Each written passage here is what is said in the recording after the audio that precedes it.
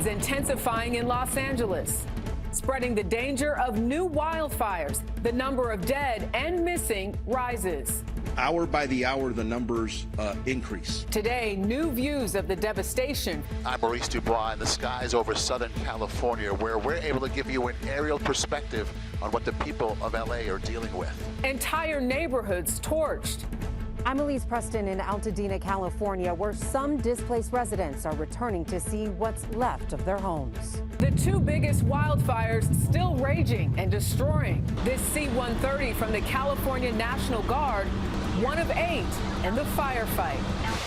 Also tonight, President-elect Donald Trump cast new criticism at California leaders. Just to be clear, Mayor Baz, have you actually had a conversation with the president-elect since this disaster has happened? I have not had a conversation directly with the incoming president. I'm Tom Hansen in Pacific Palisades, where California leaders are managing a natural and political crisis as they prepare for a new fire threat. Confirmation battles. I'm Natalie Brand on Capitol Hill, where lawmakers this week will begin consideration of President-elect Donald Trump's key cabinet picks. Plus, Elon's world. After embracing U.S. politics, the world's richest man turns his attention to Europe. And later, to the rescue, helping pets and animals impacted by California's wildfires. You know, if a pet's in need and it's injured, we're going to take it. This is the CBS Weekend News from New York with Jerika Duncan. Good evening, and thank you for joining us on this Sunday. We begin with those historic wildfires. Tonight, firefighters are racing to make progress against wildfires that have destroyed thousands of homes and killed at least 16 people. This as forecasters warn of new fire danger with the return of powerful winds this week. Fierce Santa Ana winds turned flames last week into infernos that leveled entire neighborhoods, as you see there, where there has been no significant rainfall for more than 8 months. Right now, there are 3 active wildfires, the biggest being the Palisades fire at more than 23,000 acres. The Eden fire has scorched more than 14,000 acres. Let's go straight to CBS's Maurice Dubois in Los Angeles, who leads us off tonight. Maurice, good evening. Jerika, good evening to you. Today, California's Governor Gavin Newsom said he thinks these wildfires will be the worst natural disaster in U.S. history, quote, in terms of just the costs associated with it. And the numbers are indeed staggering. Some 10,000 structures destroyed, more than 60 square miles scorched, about 200,000 people tonight under evacuation orders or warnings. Today, the FBI reported airdrops have been disrupted multiple times by people flying drones. The Bureau called that number in the double digits. And one of 2 Canadian super scoopers went to be grounded after being damaged by a drone. Tonight, the governor has ordered the deployment of an additional 1,000 California National Guard troops. Authorities say at least 29 people have been arrested for breaking curfew or suspected looting, including one person allegedly dressed as a firefighter. And of the 16 deaths across the region, 11 were in Altadena near Pasadena. CBS's Elise Preston is there for us tonight. Elise, good evening to you. Maurice, good evening to you. There are 12 people missing in the Eden fire and at least 7,000 structures damaged or destroyed. One of those structures was the beloved home of Michael and Felita Keeling. The Eden fire has devoured parts of Altadena and Pasadena, historic communities that generations of black families called home. Those homes are now gone. Nice to meet you. I'm so sorry. Michael Keeling and his family are my distant relatives. No, you look like the Prestons. Michael's great-grandparents first settled in this part of the country more than a century ago during the Great Migration, when millions of black Americans moved across the country hoping for better opportunities. It actually is worse than I thought. We are all meeting for the first time as the family sees what's left of the house where they created 25 years worth of memories. It was really hard watching on TV as the things you're familiar with were burning down. That really hurt. Yeah. This is like the only house I've ever known. I still see the house. As the fire approached their home, Preston and Miles gathered what they could. My dad calls me, asked him, what do I need to get? Like, what's like what irreplaceable? So he come to get the photo album. That album an heirloom of family photos spanning 4 generations of our shared family history. I've seen that photo in my grandparents' house, this photo right here. For this family, my family, precious lives and priceless memories spared. If you're fortunate enough to have insurance, you can rebuild. You can put your stuff back in a new place. But the images and the letters and the faces of the people that have either with you or have gone before you, those you're not going to be able to replace when they're taken by a fire. Now, the family says they have insurance and plan to rebuild here in Altadena with hopes of leaving something for future generations. Maurice? Elise Preston, thank you. Today, President-elect Trump called officials handling the California wildfires incompetent, asking why the flames were not yet extinguished. CBS's Tom Hansen here now with new details on the political tensions. Tom? Yeah, that's right. Governor Newsom says he has yet to hear from President-elect Trump over an invite to visit California, tour all this damage, meet with the victims, and, of course, thank the first responders. A countywide crisis reigniting political hostilities. There was a serious lack of competent governance in California. Democratic Governor Gavin Newsom is now pushing back against President-elect Donald Trump's claim that there had been no water for some fire hydrants. Last week, there were allegations of low water levels in at least one reservoir feeding the hydrants, hampering the response. The reservoirs are completely full, the state reservoirs here in Southern California. That mis and disinformation, I don't think advantages or aids any of us. At a press conference Sunday, Mayor Karen Bass downplayed talk of a growing rift between local officials and the incoming administration. How troubled are you that there's a lack of communication between the city of Los Angeles and the incoming Trump administration? There isn't a lack of communication between the city of Los Angeles and the incoming Trump administration. I have spoken with representatives of the incoming administration. I'll be talking more about that in the coming days. In a letter, LA County Supervisor Catherine Barger extended an invitation of her own to the president-elect and urged the incoming administration to consider financial assistance for the communities affected. I look forward to welcoming President-elect Trump to our communities so he can see the desperate need. And in an interview on Face the Nation, Congresswoman Judy Chu says she thinks that federal lawmakers should be prepared to sign off on aid. Maurice, part of her home district was destroyed in the Eaton fire. Okay, Tom Hansen, thank you. Now, the people impacted here are just trying to get by these days, and that includes hundreds living in a beachfront mobile home community who lost it all. We got a perspective on all this loss from the sky. From up here, you get the scope, the scale of this disaster. At least 2 people died and more than 5,000 homes were destroyed when the Palisades fire rolled over these hills and roared toward the Pacific. We're getting a closer look at Beverly's community, a place she's called home for 10 years. And look at it now. There is not much to see for Beverly Narayan, a retired attorney. I'm at a loss. I don't know what to do. The firestorm took what was her affordable beachfront paradise, a mobile home park of 170 homes tucked between ultra-luxury mega mansions. Now she faces what so many do, uncertainty and near total loss. You know, whatever I owned is gone. I know it's stuff, but it's things that were really important to me. She walked 3 miles to where her trailer home once stood, searching for any signs of her old life. And you found some really valuable stuff. Yeah, I found these are sobriety coins because I'm in a 12-step program, and it was important for me to find them if I could because some of them are brass and or enamel. Narayan is not alone. Not about the money. Married neighbors Charlie Giannetti and Abigail Hercules searched for her wedding ring, one that she designed, sifting through the ash. That's really all I'm looking for. Yeah, the rest of everything that's in the house just feels easily replaceable. For now, all many can do is hope and try to heal. What are you going to do now? There's a lot of distraction right now. I'm just trying to do literally one day at a time because I don't know what's going to happen or where I'm going to be. And most certainly our best to Beverly and all those displaced as they try to move forward. And our thanks to our team at CBS LA so we could give you the perspective from the chopper. To the weather now and the threat there. Let's check in with CBS meteorologist Grant Gilmore.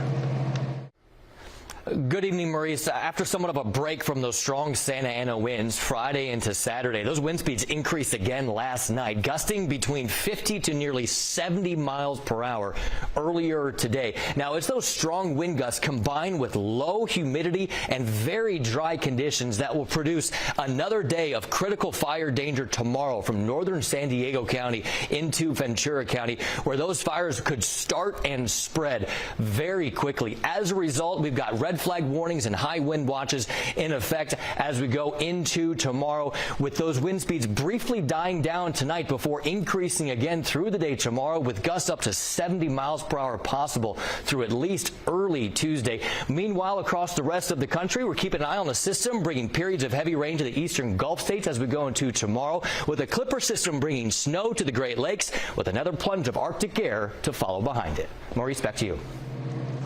Grant Gilmore, thanks so much. Now let's take you back to the CBS Broadcast Center in New York and Jerika Duncan. Jerika, focus going forward now on the weather. Absolutely. Maurice, thank you so much.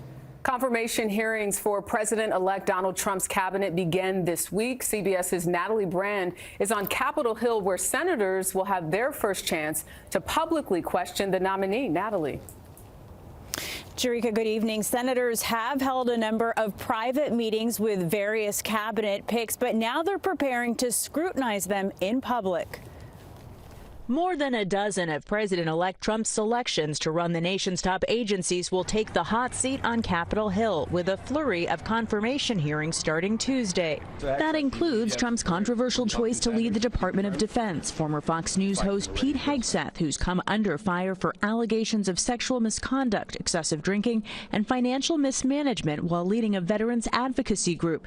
Hegseth denies the accusations. We need a qualified individual in that job, and he just does not seem to have the qualifications. Democratic Senator Mark Kelly, who sits on the Armed Services Committee, says he wants Hegseth's FBI background check to be made available beyond just the committee's leaders. So I think it's in the nominee, Mr. Hegseth's best interest, if he wants to be confirmed for this job, for us to have all the information. Well, he certainly has the qualities that we need to lead the Pentagon.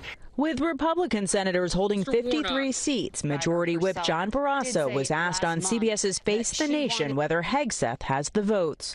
Every senator gets to speak for themselves, and they will do that.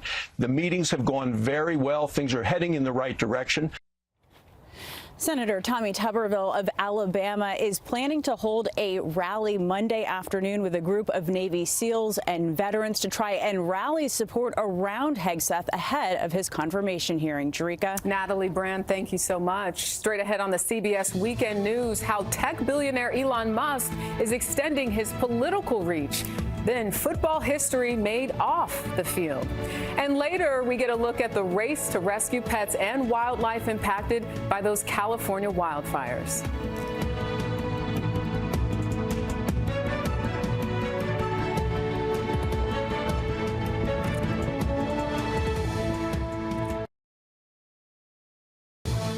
Entrepreneur and Republican mega donor Elon Musk helped Donald Trump return to the presidency. Well, now the world's richest man is turning his attention to politics in Europe. Here's CBS's Holly Williams. If you are unhappy with the situation, you must vote for change. Elon Musk live streamed his talk with the head of Germany's far right-wing anti-immigration party on X, the social media platform he owns. Musk's already endorsed the Alternative for Germany, or AfD, a party officially suspected of extremism by a German court. I think only AfD can save Germany, and I just want to be very clear about that. It sparked outrage in a country still wrestling with its Nazi history. Germans decide their country's future, said Chancellor Olaf Scholz, not the owners of social media. Musk has also been posting incessantly on a series of historic rape cases in the UK, involving underage victims and gang members mainly of Pakistani ancestry. The British police have been criticised for not acting quickly enough because of fears they'd be perceived as racist, and right-wing groups have used it to fuel hatred. Several years later, thanks to Musk, it's back on the front page. Musk's posts have resulted in a widely respected British politician, Jess Phillips, fearing for her own safety. She's responded by suggesting Musk hurry up with his mission to Mars. Elon Musk is a Bond villain. He really is like something out of a Hollywood movie. James O'Brien is a talkback radio host here in London who's reported on the rape cases. Nobody should be listening to Elon Musk's opinions on British politics. He believes Musk is courting the far right for personal reasons. He's failed to secure the kind of adulation that I think that he craves with his memes and his attempts at comedy, or even with his kind of attempts to be cool. I think it might be that simple. You think he's doing this just to kind of stroke his own ego? Why does any troll? Holly Williams, CBS News, London. Still ahead on the CBS Weekend News, Jeff Bezos' Blue Origin gets ready to make its biggest mark in the space race. Stay with us. A massive rocket developed by billionaire Jeff Bezos' company, Blue Origin, is ready for its first flight. After 2 weather delays, the New Glenn rocket is set to launch early tomorrow morning from Cape Canaveral, Florida. Blue Origin's latest rocket was designed to compete with SpaceX, which has already carried humans into orbit. Winter weather illnesses are making a vigorous return. The Centers for Disease Control says flu cases jumped more than 18% in the last week of 2024.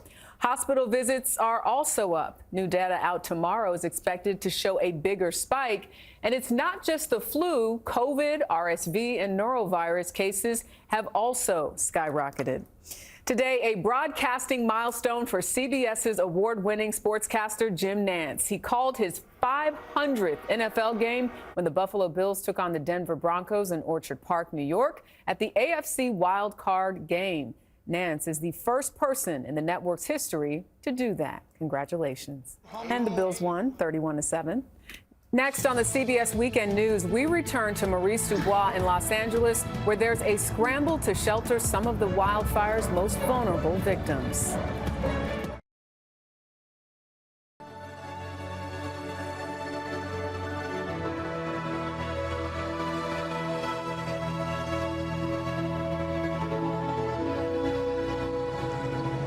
For 6 days now, we've reported on the toll these fires have had on people and property. Tonight, we end with the animals affected and efforts to save them. Here's CBS's Lilia Luciano. In the devastated town of Altadena, licensed wildlife rescuer Cleo Watts has been called in to retrieve wildlife and pets left behind when their owners evacuated. If a pet's in need and it's injured, we're going to take it. Over the last week, fire officials have called on her team to catch and care for animals. They've gone to great lengths to reach them, even digging up tortoises in hibernation. My heart goes out to all the families that have lost their houses and their fur. So I'm trying to do the best that I can do to help them reunite them. Watts has brought the animals to the Pasadena Humane Society, including goats and a pig that suffered burns on its belly. The shelter says it's now 5 times over capacity as vets care for animals with burns to their paws and skin, their whiskers singed. Most are pets that now homeless residents can't care for at the moment. We're also very aware that thousands of people's homes are no longer there, and that's got to impact a lot of the pets who are in our care right now. Jose Hermoso hopes someone will find his family's 2 cats, Monty and Sky. They evacuated without them, not realizing the intensity of the fire, and now their home is gone. We were going around shelters trying to see if we could find them around here, but no luck. Mr. Hermoso or whomever else is here looking for their pets, then we post any animal that we know of as quickly as possible on our website for that exact reason. Residents forced to flee the flames, now hoping to be reunited with the rest of their family. Lilia Luciano, CBS News, Altadena. And while there is no shortage of fear and uncertainty, there seems also to be an outpouring of hope. And as Lilia said, animals are important members of so many of our families. Hope everyone is reunited. And if you would like to help the fire victims wherever you may be, head to redcross.org/CBS. And Jerika, as we send it back to you, we couldn't help but notice how gorgeous of a day this is. It kind of gives you a glimmer of hope, even though we know the forecast is tough coming up and the firefight is not over. A community definitely holding on to any hope there, Maurice. Thank you, and thank you to the team. Well, that is the CBS Weekend News for this Sunday. I'm Jerika Duncan in New York. We thank you for watching. Have a good night.